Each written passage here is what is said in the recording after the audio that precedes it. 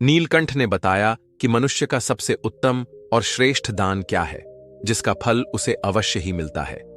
कहानी बहुत ही ज्ञानवर्धक और जीवन का मार्गदर्शन करने वाली है, इसलिए कहानी चैनल में आपका दिल से स्वागत है। दोस्तों, प्राचीन समय की बात है। धर्मपुर नामक एक सुंदर नगर था, जो एक नदी के किनारे बसा हुआ था। उसी नदी के पास एक वटवृक्ष पर एक नीलकंठ अपनी पत्नी के साथ रहता था। एक दिन की बात है, नीलकंठ और उसकी पत्नी भोजन कर रहे थे। तभी नीलकंठ की पत्नी की नजर एक बुजुर्ग किसान पर पड़ती है, जो एक पेड़ के नीचे बैठकर भोजन करने जा रहा था।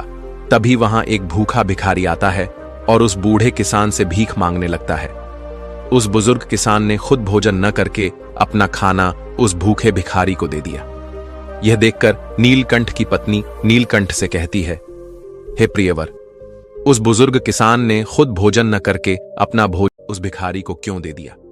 तब नीलकंठ कहता है, प्रिय, प्रत्येक मनुष्य अपने जीवन में कुछ न कुछ दान करता है। कोई भोजन, कोई वस्त्र, तो कोई धन दान करता है। लेकिन प्रिय, क्या तुम्हें पता है कि सबसे अच्छा और उत्तम दान कौन सा है? कौन सा दान करने से हमें सबसे बड़ा पुण्य मिल सकता है? इस पर नीलकंठ की पत्नी कहती है, नहीं प्रियवर, ऐसा कौन सा दान है? तब नीलकंठ कहता है, प्रिय, यह बात मैं तुम्हें एक कहानी के माध्यम से बताता हूं, जो न केवल प्रेरणादायक है, बल्कि जो भी कहानी को ध्यानपूर्वक अंत तक सुनता है, उसे इस कहानी से यह भी पता चलेगा कि सच्चा और अच्छा दान क्या होता है और इसका महत्व कितना बड़ा है। आगे नीलकंठ कहानी शुरू करता है और कहता है, प्रिय, प्राचीन समय की बात है। चंद्रपुर नामक किसी गांव में कैलाश नाम का एक युवक रहता था, जो लकड़ी काटकर अपना जीवन यापन करता था। वह अपनी पत्नी के साथ साधारण जीवन जी रहा था। जलाऊ लकड़ी से होने वाली आमदनी पर्याप्त नहीं हो पाती थी, जिससे हमेशा उसके परिवार में भोजन और कपड़ों की कमी बनी रहती थी। एक दिन परेशान होकर गुस्से में कैलाश की पत्नी उससे कहती है, कितने दिनों तक यह सिलसिला चलता रहेगा? ना कोई त्योहार होता है, ना कोई खुशी। क्यों ना इस लकड़ी काटने के काम को छोड़कर तुम नगर जाकर कोई और काम ढूंढ लो। कब तक हम यूं ही कठिनाइयों और गरीबी में जीवन बिताएंगे? कैलाश ने बड़े प्यार से उत्तर दिया, भाग्यवान, मैं हमेशा तुम्हारी बात मानता हूं, लेकिन मैंने पहले भी कहा है कि मैं यह गांव नहीं छोड़ सकता। शहर में यहां के जैसी शांति नहीं मिलेगी, और हां, मैं नहीं चाहता कि यह विषय हमारे बीच दोबारा आए। उसकी पत्नी ने कहा, ठीक है, जैसा तुम्हें सही लगे। खाना तैयार है, खाकर लकड़ी काटने चले जाओ। दोस्तों, भोजन करने के बाद कैलाश लकड़ी काटने के लिए जंगल की ओर निकल पड़ा। चलते चलते वह काफी दूर पहुंच गया। वह सोचने लगा, आज तो बहुत दूर आ गया हूं। मुझे एक बड़ा पेड़ चाहिए, जिससे आज अच्छी आमदनी हो जाए। लेकिन ऐसा कोई बड़ा वृक्ष नजर नहीं आ रहा। वहां एक पेड़ है, पर छोटा है। चलो आज के लिए इसी से काम चला लेता हूं। कैलाश ने वह पेड़ काटा और सिर पर जलाऊ लकड़ी का गट्ठर रखकर नगर की ओर बेचने के लिए निकल पड़ा। लेकिन नगर पहुंचने पर उसने देखा कि लकड़ी खरीदने वाला कोई नहीं था। वह सोचने लगा, क्या मुझे यह सारी लकड़ियां वापस घर ले जानी पड़ेंगी? तभी रास्ते में एक पंडित ने उसे आवाज लगाई, सुनो, लकड़ी बेचने वाले, इधर आओ, ये लकड़ियां कितने की हैं? कैलाश ने कहा, पंडित जी, आपको सारी लकड़ियां चाहिए या आधी? अगर सारी चाहिए तो कम दाम में दे दूंगा। पंडित ने कहा, मुझे सारी लकड़ियां चाहिए, लेकिन तुम्हारे बताए गए दाम पर नहीं, मैं सिर्फ अपने दाम पर ले सकता हूं। कैलाश ने थकान भरे स्वर में कहा, अरे, तो फिर यह लकड़ियां बहुत सस्ती हो जाएंगी, लेकिन चलिए दे दीजिए, वैसे भी मैं थक चुका हूं। पंडित ने 60 रुपए देते हुए कहा, यह लो, और लकड़ियां यहां रख दो। वैसे तुम भूखे लग रहे हो, क्या कुछ खाना खाओगे? सब तैयार है, खाना खाकर ही जाना।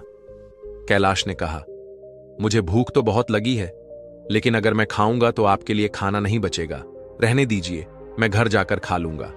पंडित मुस्कुराते हुए बोले, चिंता मत करो, यहां इतना खाना है कि 20 लोग और खा सकते हैं। जब भी भूख लगे यहां आया करो। कैलाश ने पूछा, क्या आप हमेशा ही सबको ऐसे खाना खिलाते हैं? पंडित ने उत्तर दिया, जब तक परमात्मा ने मुझ पर कृपा बना रखी है, मैं यह करता रहूंगा। यह सब उनकी मर्जी है। कैलाश ने कहा, ठीक है, तो मैं आज खाना यहीं पर खाऊंगा। उस दिन कैलाश ने उस पंडित के घर भर पेट भोजन किया और धन्यवाद देते हुए बोला, पंडित जी, आप बहुत ही दयालु और नेक दिल इंसान हैं। ऐसा अच्छा काम करने में मैं आपकी मदद करना चाहता हूं। अब से मैं लकड़ियां 60 रुपए में ही दिया करूंगा। पंडित ने कहा, बेटा सकुशल घर जाना। कैलाश ने काटी हुई सारी लकड़ियां पंडित को 60 रुपए में दे दी और घर की ओर निकल गया। घर पहुंचते ही उसकी पत्नी ने पूछा, इतनी देर क्यों हो गई? क्या आज लकड़ियों का अच्छा सौदा मिल गया? लाओ पैसे। कैलाश ने उत्तर दिया, देखो सौदा अच्छा तो नहीं था, आज केवल 60 रुपए ही मिले हैं, ये लो। उसकी पत्नी ने आश्चर्य से पूछा, क्या सच में तुम मुझे केवल 60 रुपए दे रहे हो? मैंने सोचा था कि आज शायद 2 गुना कमा कर लाओगे, लेकिन तुमने तो आधे ही दिए हैं। इतनी देर तक तुम कहां थे, क्या कर रहे थे? तब कैलाश ने कहा, मैं लकड़ियां बेचने गया था, लेकिन खरीदने वाला कोई नहीं मिला। फिर पास के नगर में धर्मपाल पंडित नामक एक विद्वान के घर चला गया। उनके यहां जो भी जाता है वे उसे प्यार से भोजन कराते हैं। ऐसे लोगों के लिए हमें कुछ करना चाहिए। उसकी पत्नी ने पूछा, हमेशा खाना खिलाते हैं? फिर तो वे बहुत अमीर होंगे, नहीं तो इतने लोगों को खाना कैसे खिलाते हैं और तुमने उनकी मदद कैसे की? कैलाश ने कहा, वे उतने अमीर नहीं हैं जितना तुम सोच रही हो। वे एक अच्छी भावना रखते हैं और उस नगर के मंदिर के पुजारी हैं। वे अपनी मेहनत की कमाई से ही सबको खिलाते हैं। मैंने उनकी मदद के लिए कहा कि मैं उनके लिए हमेशा लकड़ियां 60 रुपए में ही काट कर दे दिया करूंगा। उसकी पत्नी ने कहा, क्या इतना काफी है? अगर तुम 2 गट्ठर लकड़ी नहीं काट सकते तो हर दिन 60 रुपए में घर कैसे चलेगा? मुझे बताओ। कैलाश ने उत्तर दिया, मैं अपनी हर कोशिश करूंगा और जो भगवान की इच्छा होगी वह होगा। आज मैंने उनके घर खाना खाया है, एक दिन तुम्हें भी वहां ले चलूंगा। इसके बाद कैलाश ने हर दिन जलाऊ लकड़ी काटी और अपने वादे के मुताबिक पंडित को सिर्फ 60 रुपए में ही बेचा। एक दिन पंडित भोजन करने बैठे ही थे कि बाहर से आवाज आई, पंडित महाराज, लकड़ी लेकर आया हूं, यहां आकर लकड़ियां ले लीजिए ताकि मैं जा सकूं। पंडित ने बाहर आकर कहा, कैलाश, मैं तुम्हें 60 रुपए नहीं दे सकता, तुम अपनी लकड़ियां वापस ले जाओ। कैलाश ने कहा, पैसे कल दे देना, लेकिन लकड़ियां यहीं छोड़ूंगा, मुझे बहुत भूख लगी है। क्या आप मुझे भोजन दे सकते हैं? वैसे भी आप सबको खिलाते हैं। पंडित ने मुस्कुराते हुए कहा, क्यों नहीं कैलाश, पहले अपने हाथ पैर धो लो, तब तक मैं भोजन की व्यवस्था करता हूं। पंडित ने घर के अंदर जाकर अपनी पत्नी से यह बात कही। उसकी पत्नी बोली, आपने ऐसा वादा क्यों किया? हमारे घर में खाने के लिए कुछ भी नहीं बचा है, सिवाय उस भोजन के जो मैंने अभी आपको परोसा है। पंडित की पत्नी बोली, इस समय हम कैलाश को कैसे खिलाएंगे? सारा खाना खत्म हो चुका है, क्या आपको यह नहीं पता? पंडित बोले, अरे इसमें कौन सी बड़ी बात हो गई? तुमने जो खाना परोसा है वह कैलाश के लिए पर्याप्त है। मैं सोच रहा हूं कि आज उपवास कर लूं। पंडित की पत्नी बोली, मुझे बताओ, तुम ऐसा कितनी बार करोगे? जब हमारे पास खुद के लिए भी पर्याप्त नहीं है तो दूसरों के लिए इतना सब क्यों करते हो? यह सब कहां से आएगा? पंडित बोले, ईश्वर सब कुछ देते हैं, पहले कैलाश को भोजन परोस दो। मित्रों, पंडित ऐसे ही लोगों को भोजन कराते थे, भले ही उनके पास स्वयं के लिए भी कुछ ना हो। एक दिन कैलाश लकड़ी काटने जंगल गया। उसने सोचा, जंगल के किनारे के सारे सूखे पेड़ तो मैं पहले ही काट चुका हूं, अब जो बचे हैं वे सब हरे पेड़ हैं। जंगल के अंदर जाना थोड़ा मुश्किल लग रहा है, मैं इससे पहले कभी इतना अंदर नहीं गया। यहां जंगली जानवर भी हो सकते हैं, अगर मुझे कुछ हो गया तो क्या होगा? यह सोचकर वह जंगल के भीतर डरते डरते चला गया। वह काफी दूर निकल गया, लेकिन कोई उपयुक्त पेड़ नहीं मिला। अचानक उसे एक बड़ा पेड़ दिखा। उसने सोचा, यह शाखा तो काफी मजबूत है, इसे काटूं तो 3 गट्ठर लकड़ी बन जाएंगे। पहले ही बहुत देर हो चुकी है। यह सोचकर कैलाश उस पेड़ पर चढ़ गया। वह उसी शाखा पर बैठ गया और उसी को काटने लगा। शाखा बहुत बड़ी थी, इसलिए कटने के बाद वह बगल के पेड़ और एक छोटे टीले के पास गिर गई। तभी अचानक वहां एक साधु प्रकट हुए और बोले, मेरी तपस्या किसने भंग की? लगता है यह तुम ही थे। साधु क्रोध से भर गए और बोले, मैं तुम्हें श्राप देता हूं कि तुम कुत्ते बन जाओगे। कैलाश घबरा गया और बोला, महाराज, मुझे माफ कर दीजिए, मुझे नहीं पता था कि आप यहां तपस्या कर रहे हैं। साधु बोले, मैं यहां वर्षों से तपस्या कर रहा हूं। तुमने मेरी तपस्या तोड़ी है, इसलिए तुम इस पाप के भागीदार हो। कैलाश ने विनती की, महाराज, मैं रोज लकड़ियां काटने आता हूं और उन्हें बेचकर अपनी आजीविका चलाता हूं। मैंने जानबूझकर ऐसा नहीं किया। कृपया इस श्राप को वापस ले लीजिए।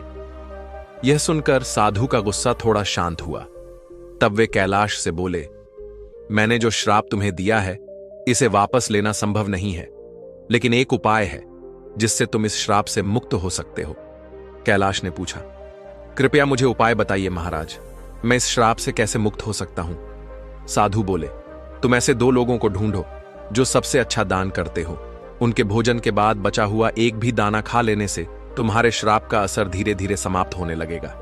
जब तुम पूरी तरह सफेद हो जाओगे, तब इस श्राप से मुक्त हो जाओगे। कैलाश ने रोते हुए कहा, महाराज, मैं अपनी पत्नी का सहारा हूं। लकड़ियां बेचकर जो पैसे लाता हूं, उससे हमारा गुजारा होता है। अब मैं कुत्ता बन गया हूं, तो मेरा अब क्या होगा? साधु बोले, चिंता मत करो, ईश्वर मदद करेंगे। जब तुम्हारा श्राप टूटेगा, तब तुम्हारा जीवन सुखी हो जाएगा, धन धान्य से भरा होगा और तुम्हें हर कष्ट से मुक्ति मिलेगी। यह कहते हुए साधु वहां से चले गए। कैलाश साधु के श्राप के कारण कुत्ते में बदल जाता है। इसके बाद कैलाश श्राप से छुटकारा पाने के लिए यात्रा पर निकल पड़ता है। वह सोचने लगता है, जैसा साधु ने कहा, मुझे सबसे अच्छा दान देने वाले कहां मिलेंगे? मेरी समझ में कुछ नहीं आ रहा। हां, पंडित जी, वह बड़े ही उदार और नेक दिल व्यक्ति हैं। अब मैं सबसे पहले उन्हीं के पास जाता हूं। कैलाश कुत्ते के रूप में पंडित के घर पहुंचता है। पंडित अपनी पत्नी से कहते हैं, चलो, अच्छा हुआ, आज मैं बिना किसी बाधा के सभी मेहमानों को भोजन खिला पाया। सच में भगवान की कृपा है। पंडित के भोजन कर लेने के बाद उनकी पत्नी ने बचे हुए भोजन को बाहर फेंक दिया। कैलाश कुत्ते के रूप में वहां पहुंचा और पंडित के बचे हुए भोजन को खा लिया। खाना खाते ही उसका आधा शरीर सफेद हो गया। कैलाश खुशी से कहता है, मुझे पता था कि पंडित जी बहुत ही दयालु व्यक्ति हैं। मुझे आधे श्राप से मुक्ति मिल गई, लेकिन पूरी तरह मुक्त होने के लिए मुझे किसी और को ढूंढना होगा। यह सोचते हुए कैलाश आगे बढ़ता है। वह कहता है, अगर मैं इस श्राप से मुक्त हो गया तो मैं सुख, समृद्धि और शांति के साथ जीवन जीऊंगा। इतना कहकर कैलाश दूसरे व्यक्ति की तलाश में निकल पड़ता है। एक दिन वह मोहन नाम के एक युवक को हल जोतते हुए देखता है। कैलाश कुत्ते के रूप में उसके घर के सामने बैठ जाता है। तभी रामू नाम का एक व्यक्ति वहां से गाय लेकर जाता है। वह कहता है, मोहन बहुत ही नेक इंसान है। वह सिर्फ मुझे ही नहीं, कई और लोगों को भी गाय दान कर रहा है। ऐसे व्यक्ति को आशीर्वाद मिलना चाहिए। कैलाश यह सुनकर सोचता है, वाह, आज मुझे श्राप से मुक्ति मिल जाएगी। मोहन भी पंडित जी के जैसे ही दयालु होंगे। अब देखता हूं वह कब भोजन करते हैं। कैलाश वहां बहुत देर तक इंतजार करता है। मोहन ने जब भोजन किया और पत्तल को बाहर फेंक दिया तो कैलाश तुरंत उस पत्तल पर बचा हुआ खाना खा लेता है। लेकिन यह देखकर वह हैरान रह जाता है। वह कहता है, अरे, मेरे शरीर का रंग नहीं बदला। मोहन ने तो गाय का दान भी किया था, फिर भी यह क्यों नहीं हुआ? मुझे कुछ समझ नहीं आ रहा। थोड़ी देर बाद कैलाश वापस पंडित जी के घर के बाहर आकर बैठ गया। वहां उसने 2 युवकों को बातचीत करते हुए सुना। पहला युवक बोला, अरे भाई, आज मोहन ने फिर गाय का दान दिया।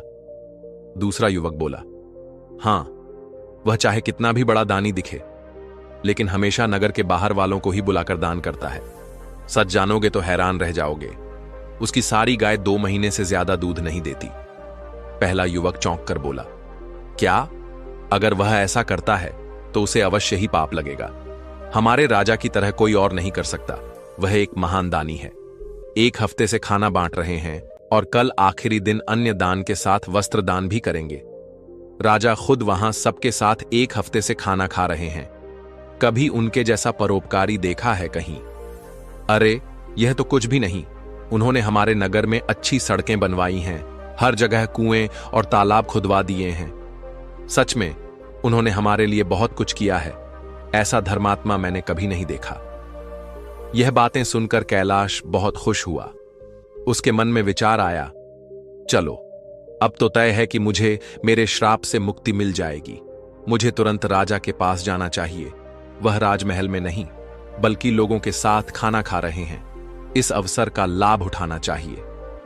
अगले ही दिन कैलाश उस जगह पहुंच गया जहां राजा भोजन करा रहे थे।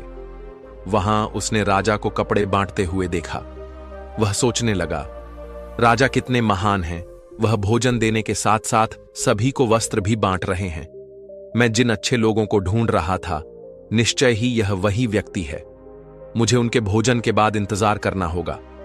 राजा के भोजन करने के बाद सैनिक उस पत्ते को बाहर फेंक देते हैं जिसमें राजा ने खाना खाया था। यह देखकर कैलाश वहां गया और उस पत्ते में से बचा हुआ खाना खा लिया। लेकिन यह देखकर वह चौंक गया। उसने कहा, अरे यह क्या? इतने महान दानी राजा का भोजन करने के बाद भी मेरा रंग नहीं बदला। यह श्राप तो किसी दूसरी वजह से लग रहा है। मुझे तुरंत उस साधु के पास जाना चाहिए जिन्होंने मुझे यह श्राप दिया। कैलाश उस स्थान पर पहुंचता है जहां साधु मौजूद थे। वह साधु को प्रणाम करता है। साधु उसे निराश दिखकर पूछते हैं, क्या हुआ कैलाश? ऐसा लगता है कि तुम्हें अभी तक केवल एक ही सही व्यक्ति मिला है। तुम्हारा केवल आधा रंग ही बदला है। क्या तुम्हें और कोई नहीं मिला? श्राप मिले हुए भी काफी समय हो गया। कैलाश कहता है, महाराज, पंडित जी का खाना खाकर मैं आधा ठीक हो गया। इसके बाद मैंने उनसे भी बड़े दानी लोगों को देखा, लेकिन उनके खाने का कोई असर नहीं हुआ।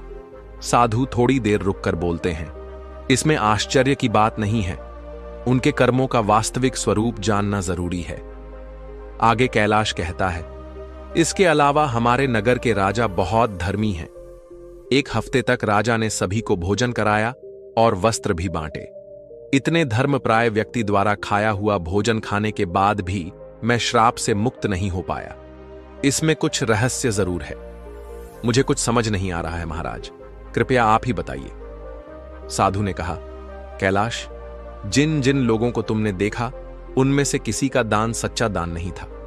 मोहन ऐसी चीजें दान कर रहा था जिनकी उसे कोई जरूरत नहीं थी। अगर उसे उनकी जरूरत होती तो वह उन्हें कभी दान नहीं करता। और राजा जो कुछ भी देता है उसे दान नहीं माना जा सकता, क्योंकि वह खुद नहीं कमाता। वह तुम्हारे जैसे लोगों द्वारा दिए गए राजस्व का उपयोग राज्य के लोगों पर करता है। साधु ने आगे कहा, कल के दान में जो भोजन और वस्त्र बांटे गए वे भी राजस्व से ही आए थे। इसीलिए राजा द्वारा किया गया दान दान नहीं माना जाएगा। वह सिर्फ लोगों का पैसा लोगों पर खर्च कर रहा है। ऐसे में राजा के भोजन का तुम्हारे श्राप पर कोई असर नहीं हो सकता। समझ लो, सही दान वही था जो पंडित ने भूखे को भोजन देकर किया। भले ही उन्होंने खुद नहीं खाया, लेकिन उनका दान सबसे श्रेष्ठ था। इसीलिए तुम्हें और प्रयास करना होगा। तुम श्राप से मुक्ति के करीब हो। कैलाश ने कहा, समझ गया महाराज, धन्यवाद। उदास मन से कैलाश वहां से चल पड़ा।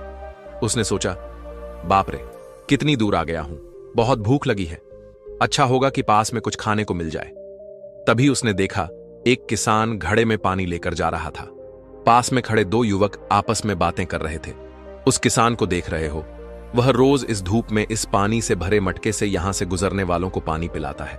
वह बूढ़ा आदमी 80 साल से अधिक का लगता है, पर फिर भी उसका काम काबिले तारीफ है। थोड़ी देर में किसान ने खाना निकाला और खाने लगा। कुत्ते के रूप में भूखे कैलाश को देखकर किसान ने अपने भोजन में से कुछ लिया और उसे दे दिया। जैसे ही कैलाश ने वह भोजन खाया, उसका श्राप समाप्त हो गया और वह वापस इंसान बन गया। उसने किसान को धन्यवाद दिया और खुशी खुशी वापस लौट आया। उसने सोचा, सचमुच दान कभी छोटा या बड़ा नहीं होता। भूख मिटाने वाले पंडित और प्यास बुझाने वाले इस किसान जैसा होना ही सच्चा दान है। सबसे अच्छा दान वही है जो निस्वार्थ भाव से दूसरों की मदद के लिए किया जाए। चलते चलते कैलाश अपनी पत्नी के पास अपने घर पहुंच गया और खुशी से रहने लगा। उधर पंडित ने इतना दान कर दिया था कि उसकी आर्थिक स्थिति खराब हो चुकी थी। जब उसकी पत्नी ने उससे कहा, पास के नगर में एक राजा रहते हैं जो पुण्य को खरीद लेते हैं। आप उनके पास जाकर अपना कुछ पुण्य बेचकर पैसे ले आइए ताकि हमारा काम चल सके। पंडित ने पहले तो मना कर दिया, लेकिन पत्नी के बार बार कहने पर वह जाने को तैयार हो गया। उसकी पत्नी ने उसके खाने के लिए 4 रोटियां बनाकर दी। पंडित अपने घर से चल पड़ा। जब वह नगर के समीप पहुंचा तो उसने एक तालाब देखा। वहां स्नान आदि कर्मों से निवृत्त होकर वह रोटियां खाने के लिए बैठा ही था कि एक कुतिया उसके सामने आ गई। कुतिया ने जंगल में बच्चों को जन्म दिया था। 3 दिन से कुतिया और उसके बच्चे भूखे थे। भारी बारिश के कारण वह बच्चों को छोड़कर कहीं जा भी नहीं सकती थी। पंडित ने कुतिया को भूखा देखा तो अपने भोजन में से एक रोटी उसे दे दी। कुतिया ने रोटी खा ली, फिर उसने दूसरी रोटी दी, जिसे कुतिया ने खा लिया। इस तरह पंडित ने एक एक करके अपनी 4 रोटियां कुतिया को खिला दी। कुतिया तृप्त हो गई, लेकिन पंडित खुद भूखा रह गया और वहां से राजा के महल को चल पड़ा। पंडित राजा के पास पहुंचा और कहा, मैं अपना पुण्य बेचना चाहता हूं। राजा ने कहा, आप दोपहर के बाद आइए।